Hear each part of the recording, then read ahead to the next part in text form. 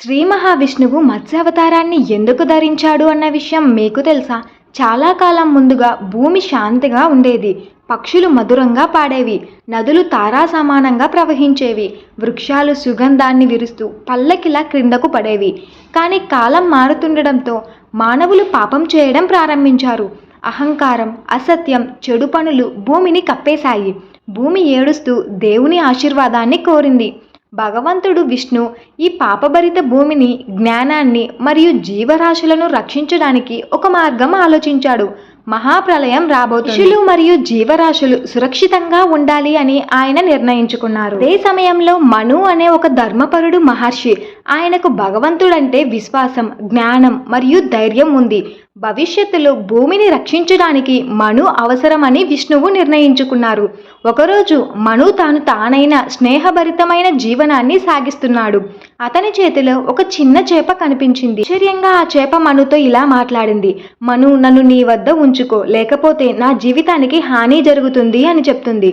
ఆ మాటలు విని మను ఆశ్చర్యపోయాడు. ఇలా మాట్లాడే చేప, కానీ ఆ మాటలలో ఒక గొప్ప శక్తి ఉంది. మను అర్థం చేసుకున్నాడు, ఇది సాధారణ చేప కాదు, ఇది విష్ణు భగవంతుడి అవతారం అని. ఇప్పుడు ఆ చిన్న చేప తన నిజమైన రూపాన్ని చూపించింది. అది మత్స్య రూపంలో ఉన్న విష్ణుదేవుడు.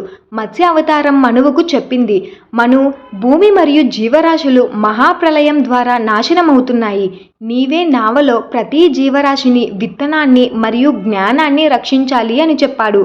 మను భక్తితో, విశ్వాసంతో దేవుని మాటలను అంగీకరించాడు. అలా కాలం గడిచిపోతుండగా ఒక చిన్న రాత్రి నుంచి భూమి కాటుకగా మారింది. అద్భుతమైన వర్షాలు, తుఫానులు మరియు సముద్ర తరంగాలు భూమిని నాశనం చేయడానికి వచ్చాయి. ప్రతి దిక్కులో ఎక్కడ చూసినా విధ్వంసం మొదలయ్యింది. ఆ విధ్వంసాన్ని అంతా చూసి మను చాలా భయపడిపోయాడు. కానీ మత్స్య అవతారంలో ఉన్న ఆ చేప అతనికి సాంత్వన కలిగించింది. అప్పుడు ఆ చేప మనుతో, భయపడకు మను, నా సహాయం నీతోనే ఉంటుంది.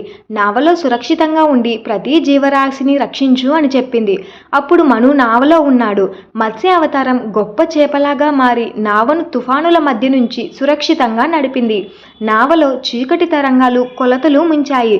దారుణమైన గాలులు చెట్లను ముంచేస్తూ భూక్షేత్రంలో జలాలు పూయబడుతున్నాయి. మను చాలా భయంతో ఉన్నాడు, కానీ విశ్వాసంతో మత్స్య అవతారంపై దృష్టి నిలబెట్టాడు. ఇప్పుడు ఆ మత్స్య అవతారం ప్రతి జల ప్రవాహాన్ని, ప్రతి తుఫానును జాగ్రత్తగా దాటిచ్చింది. నావలో ప్రతి విత్తనం, ప్రతి జంతువు భద్రంగా ఉండేలా చూసుకునింది. చివరికి మహాప్రళయం తగ్గి భూక్షేత్రం సురక్షితంగా నిలిచింది. సముద్రాలు తగ్గి వానలు కూడా ఆగిపోయాయి. భూమి మళ్ళీ పునరుద్ధరించబడింది. మత్స్య అవతారం నావను భూక్షేత్రానికి దగ్గరగా తీసుకొని వచ్చి మనువును అభినందించింది.